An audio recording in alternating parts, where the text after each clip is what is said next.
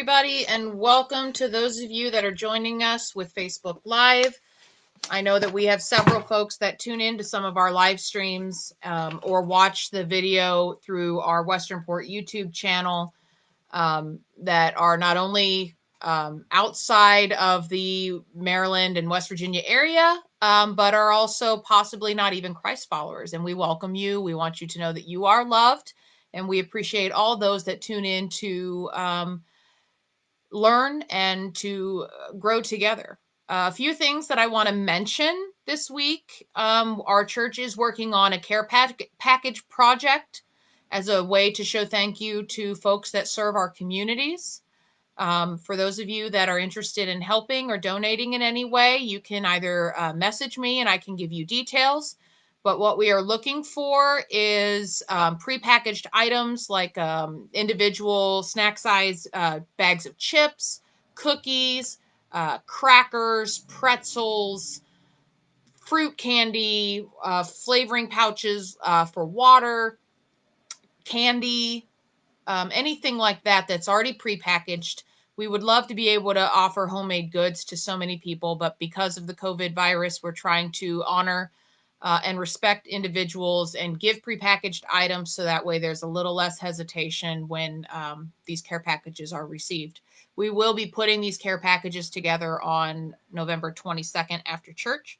So again, if you would like to help, if you would like to donate in any way, if you would like to write a thank you message and have it stuck in any of the bags, you can shoot me an email. You can send me a message on Facebook of what your message is, and I can print it out and put it in the bag for you if you are not able or uncomfortable yet coming to church.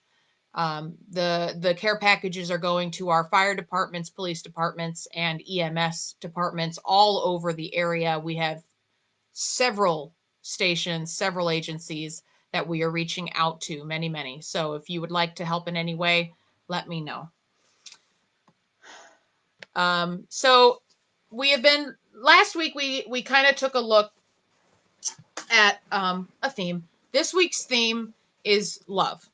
Now, the amazing thing about love is this universal message that can be seen in every religion in the world and really every version of spirituality in the world. Yet, even with the commonality that we have of love, whether you are a Christ follower, whether you have a different religious background or different spirituality, there is so much disdain and mistreatment of one another in today's world. We are quick to hold grudges and to show contempt for anyone that either does something against us, to hurt us, or just disagrees with us. And I'm sure many of you can think of a time where you maybe felt betrayed or you felt disappointed by the actions of someone else towards you, and how quick you may have been to react. Today we're going to look at a parable of how love, no matter the situation, is the most important thing that we can demonstrate in our everyday lives. Now, Jesus often taught using parables, and I can remember growing up in the church and being taught parables in Sunday school, but not understanding what a parable even was and not understanding the parable at all. Parables are very, very difficult at times, and I guarantee you there are many of you that either were at church this morning or are watching this now that are asking the question, what is a parable? So a parable is this earthly story with a heavenly meaning. Now, these stories Jesus would tell to his followers, and he even told them to very confused disciples. And at one point, after teaching through parables enough, the disciples asked Jesus, why are you speaking using these parables? Almost saying, we don't even understand what you're saying, and we're kind of like your right hand men in a lot of ways. So why are you talking this way to other people when we don't even get it? Jesus answered in this way, because it has been given to you to know the mysteries of the kingdom of heaven, but to them it has not been given. And in them the prophecy of Isaiah is fulfilled, which says, hearing you will hear and shall not understand, Seeing you will see and not perceive. For the heart of this people has grown dull. Their ears are hard of hearing, and their eyes they have closed. Lest they should see with their eyes and hear with their ears, lest they should understand with their heart and turn, so that I should heal them. Now, if I was one of the disciples, when Jesus responded to my question of why he asked in parables and said that, I would probably just stand there blinking at him going, all right, again, we don't understand you, but cool. So pretty much what Jesus said was the whole reason that Jesus was teaching in parables was because of the unwillingness of the people to receive the message that Jesus had about the kingdom, the heavenly kingdom. The truth of God was to be understood spiritually, but not intellectually. I mean, you needed to be able to understand the message, but it was this spiritual connection to everything, because it was the heart, the spiritual connection, the relationship between the people and of God that was his most concern. Your brain power didn't have as much to him as your heart did, what was in your heart. Now, a great majority of people at the time were not interested in God's truth. And I could argue that there are a lot of folks in today's world that still don't care to hear biblical message. They don't care. They claim that they don't believe in God. And that's okay. I mean, it hurts my heart, but at the same time, my job is not to force what I believe and my holy teachings down your throat. My job and what I was called to do as a Christ follower, not just as a pastor, but as a Christ follower, is to give you a message that hopefully you can relate to in some way. Now, if down the line you decide you want to be a Christ follower, I mean, that's great news. But my job is to teach our messages and try to get love, to get God's word through my actions, through how I treat people into the world. Now, today we're going to take a look at that because we're going to look at the parable of the prodigal son. And the one thing about the parables that I have loved is that there are so many different messages you can teach in each parable. A parable isn't just taught one way and that's the end all be all. You can really dig into a parable and look at it and get multiple messages throughout of a parable. As I read today's parable, I urge all of you that are tuning in or that are listening to this at a different time to listen for the message of love. And I could sit here and say, I want you to listen to it through a specific lens, but I think you're going to end up hearing the message of love in many different ways. But I want you to listen to the parable of the prodigal son and listen for the ways you hear love. This comes from Luke chapter 15, verses 11 through 32. There was a man who had two sons. The younger one said to his father, "Father, give me my share of the estate." So he divided the property between them. Not long after that, the younger son got together all he had, set off for a distant country, and there squandered his wealth in wild living. After he had spent everything, there was a severe famine in that whole country, and he began to be in need. So he went and hired himself out to a citizen of that country who sent him to his fields to feed pigs. He longed to fill his stomach with the pods that the pigs were eating, but no one gave him anything. When he came to his senses, he said, "How many of my father's hired servants have food to spare, and here I am starving to death? I will set out, go back to my father, and say to my father, I have sinned against heaven and against you. I am no longer worthy to be called your son. Make me like one of your hired servants." So he got up and he went to his father.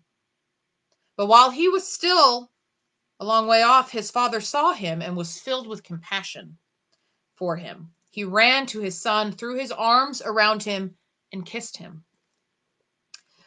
The son said to him, Father, I have sinned against heaven and against you. I am no longer worthy to be called your son. But the father said to his servant, quick, bring the best robe and put it on him. Put a ring on his finger and sandals on his feet. Bring the fattened calf and kill it. Let's have a feast and celebrate. For this son of mine was dead and is alive again. He was lost and is found. So they began to celebrate. Meanwhile, the older son was in the field. When he came near the house, he heard music and saw dancing. So he called to one of the servants and asked what was going on. Your brother has come, he replied, and your father has killed the fattened calf because he has him back safe and sound. The older brother became angry and refused to go in. So his father went out, pleaded with him. But he answered his father, look, all these years, I have been slaving for you and never disobeyed your orders. Yet you never gave me even a young goat so I could celebrate with my friends. But when your son of yours, who has squandered your property with prostitutes, comes home, you kill the fatted calf. My son, the father said, you are always with me, and everything I have is yours. But we had to celebrate and be glad because this brother of yours was dead and is alive again. He was lost and is found. Now, we're going to backtrack all the way to the beginning of this parable. Right away, we find out that this father has two sons. Now, in this time, in the culture, the father was allowed to grant the inheritance of the property of all he had before his death. But more often than not, it happened after his death. And a lot of the times, a lot of the rights and the inheritance went to the oldest son. The youngest son chooses to show some very disrespectful and very greedy behavior and asks his father, who is not ailing, from what we can tell. He doesn't really ask. He more says to give him his portion of the property, of his inheritance. Now, the father easily could have just said no, and that would have been the end of the conversation. The father, although seeing this greed and foolishness, chooses to illustrate God's love and gives his son his request. Now, the youngest son, after getting his portion of his inheritance, turn this on so y'all can see me, it's getting a little dark. Now, the son, after getting his portion of the inheritance, gathered up his belongings, pretty much everything he had, and he purposely wanted to set away. He wanted to move out of the area. He wanted to not be attached to his father's property, his livelihood. He wanted to go live the prodigal life. Now, prodigal means spending money or spending resources freely and in a very reckless manner, very wastefully, very extravagantly. Pretty much it means that this son was choosing to live outside of his means. He didn't put his inheritance in a savings account. He didn't go find himself a job and work. So not only did he have his inheritance, but he had more money coming in as well to live comfortably. He literally chose to squander it all. He chose to blow it all, and not only did he choose to spend all of his money, but as soon as he did that, a famine struck the area that he was living in. He quickly found himself in desperate need of his basic necessities. Now, in order to try to survive, he allowed himself to work for a different individual. And not only did he allow himself to become a hired hand on someone else's property, but he was doing what was considered to be the lowest of the low jobs and considered to be extremely unacceptable and offensive to the Jewish community. He had to feed and take care of pigs. Pigs were considered to be unclean in the Jewish community.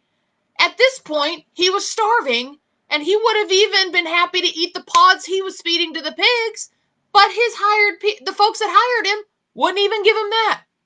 He had nothing. He literally put himself in the ground. I mean, he had nothing.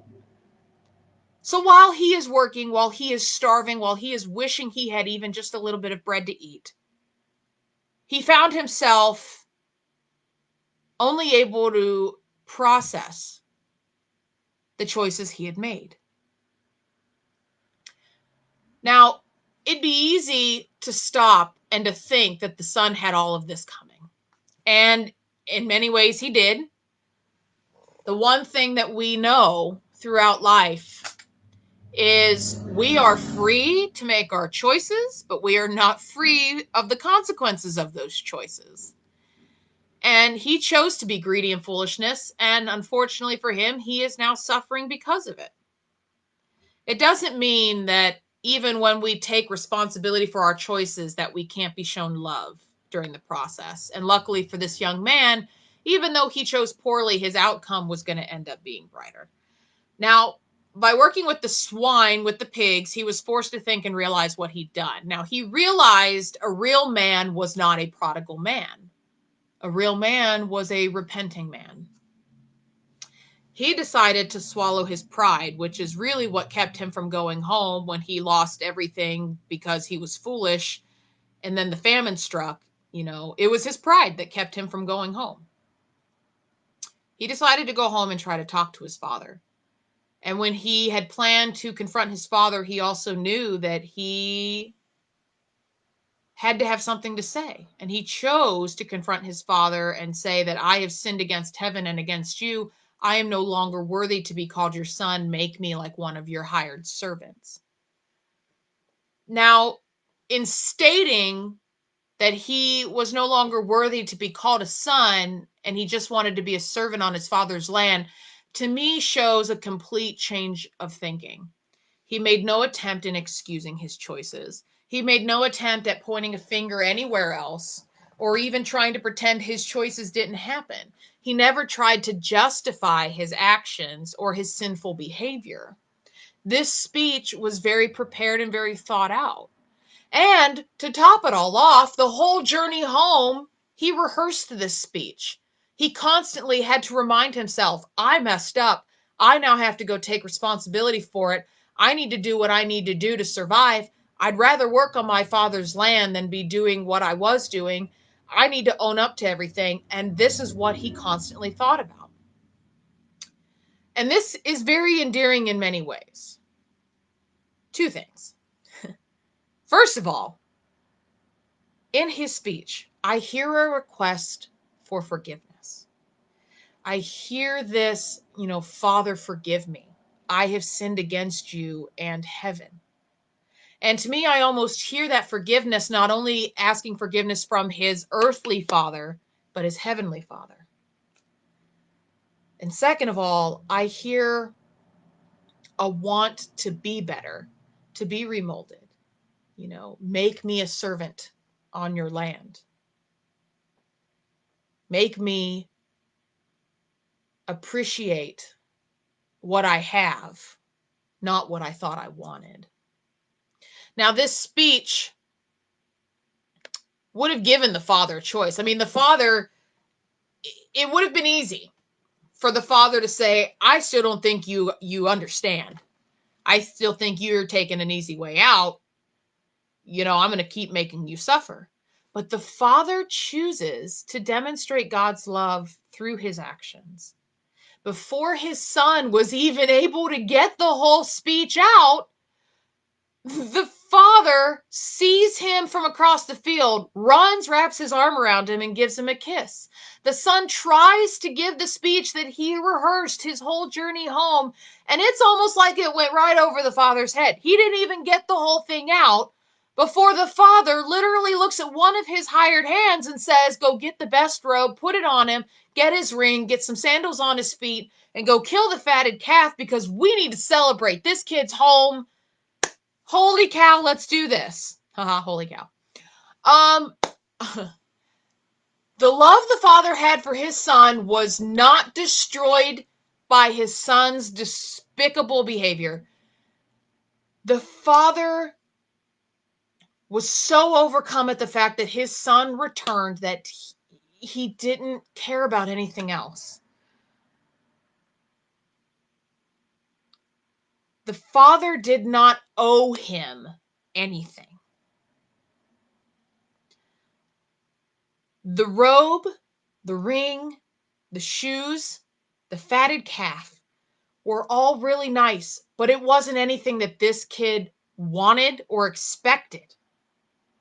The father didn't need to give him these things because the kid didn't deserve them.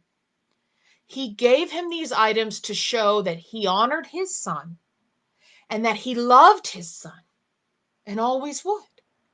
The feast was not to celebrate the fact that the son had returned. This was a celebration that the fact that the life the son had originally left to live was now dead. And this newfound repentant, respectful life, this newfound life of understanding things that he wanted, was now found. Now, this story could have ended there, but it doesn't. Now the older son comes into play. We see the older son very upset. Now, up to this point, the youngest son went out, squandered all of his inheritance, comes back pleading to be made a hired hand by his father. His father doesn't even get to that part of the son's speech before he's already got a new robe, a ring on his finger, sandals on his feet, and has killed the fatted calf, and they are now celebrating. Now, did anyone notice that the older son wasn't even made aware of the celebration? This poor guy is still out working in the field, doing what he was asked to do by his father. He gets closer to the house, all of a sudden hears music and sees folks dancing, and he's going, what's going on? So the older son finds one of the servants and says, someone want to tell me what's happening? And they're like, oh, hey, your little brother's back, so your dad killed the fatted calf to celebrate his return. Now, I can understand the fact that the older son was now so enraged that he could not enter this. First of all, he was never made aware that his little brother returned or that a celebration was happening. And second of all, the oldest son not only never asked for his form of the inheritance, but never even questioned his father. He stayed, he worked on the land, he did what he was supposed to do. So this kid is obviously very, very, very angry. The father sees this and comes out to talk to him. The older son explodes. He says, look, all these years I've been slaving for you and never disobeyed your orders, yet you never even gave me a younger goat so I could celebrate with my friends. But when this son of yours, who has squandered your property with prostitutes, comes home, you kill the fattened calf. The older son, doesn't even realize how greedy he does kind of sound and how privileged he sounds. Without even realizing it, the older son shows all of his greediness of what he thinks he deserves. Because he brings up that he deserved to have even a young goat to hang out with his friends, but his father never even offered that to him. Either way, the father continues to demonstrate the love towards his son. He could have easily gotten angry and said, kid, you're out of line. This is my house. This is my domain. I will make the calls. But instead, he becomes very calm. And he tells his oldest child, you are always with me, and everything I have is yours. Almost like he's reminding him, you know that. You know that everything I have is yours. But this is a different type of celebration. This isn't just, we had a good day's work in the fields, we're going to have a young goat and we're going to have a bonfire with our buddies and we're going to celebrate. This celebration is a change in character of your little brother. Your younger brother has changed his ways. He went from destroying his life, even possibly destroying a reputation of our family. He came back with humility, with repentance. Your little brother was lost, but he's now found. Now, think about today's world. Think about how easy it is to hold grudges. Think about how easy it is to be mean, to be hateful, to be condescending, to belittle other people. One of the biggest messages I taught to my kids when I was a youth pastor was that no matter what they thought of each other, they would respect and show love to one another.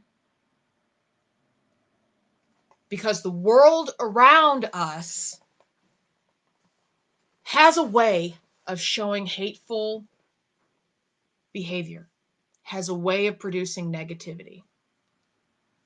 It's easy. Now, just because it's easy doesn't mean it takes less energy. I'm sorry, but it takes far more energy to be hateful, to be condescending, to be mean-spirited, to condemn someone. It takes far less energy to be loving, to be kind. Now, this doesn't mean to show love that you have to condone someone's actions. This doesn't mean you allow yourself to act the way someone else acts. This means that the demons someone else is fighting, you know nothing about. For someone to put hate and maliciousness into this world, they are hurting in a way that you cannot see. They are hurting in a way that they cannot articulate to others in a way that is different than just being mean. What would happen in a way that what would happen in a world if we were to respond to others that push negativity on us, that respond to us in a way that is mean, that is cruel, that is hurtful, to respond to them with love? We see it in social media. We see it in news. The amount of times I have been somewhere and have clicked on a news channel, my heart hurts for the ways that even the news and the media in this world are more likely to put hateful and hurtful things than they are to show love. How easy is it to attack someone on social media because we can hide behind a screen? We're not face to face with somebody. We don't see how our actions impact others. It's easy to be cruel. Doesn't mean it takes less energy, but it's easy. When I see all of this, it reminds me even more intensely why the love of Christ is so needed.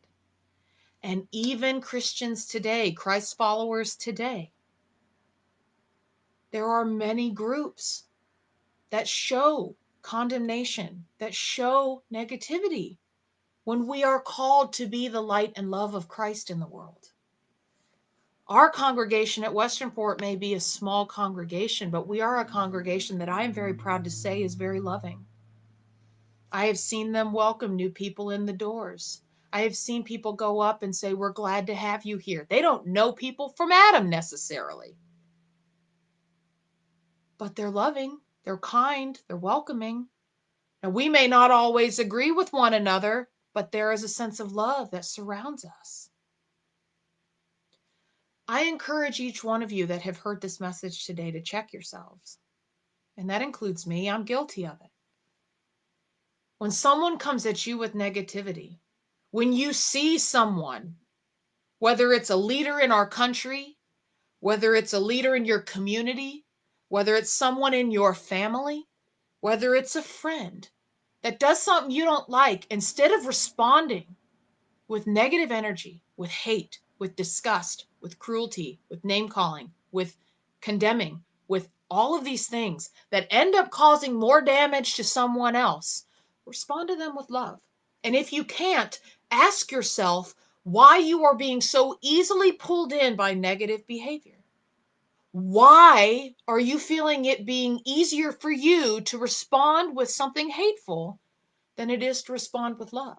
Because you may find that there is something you need to work on.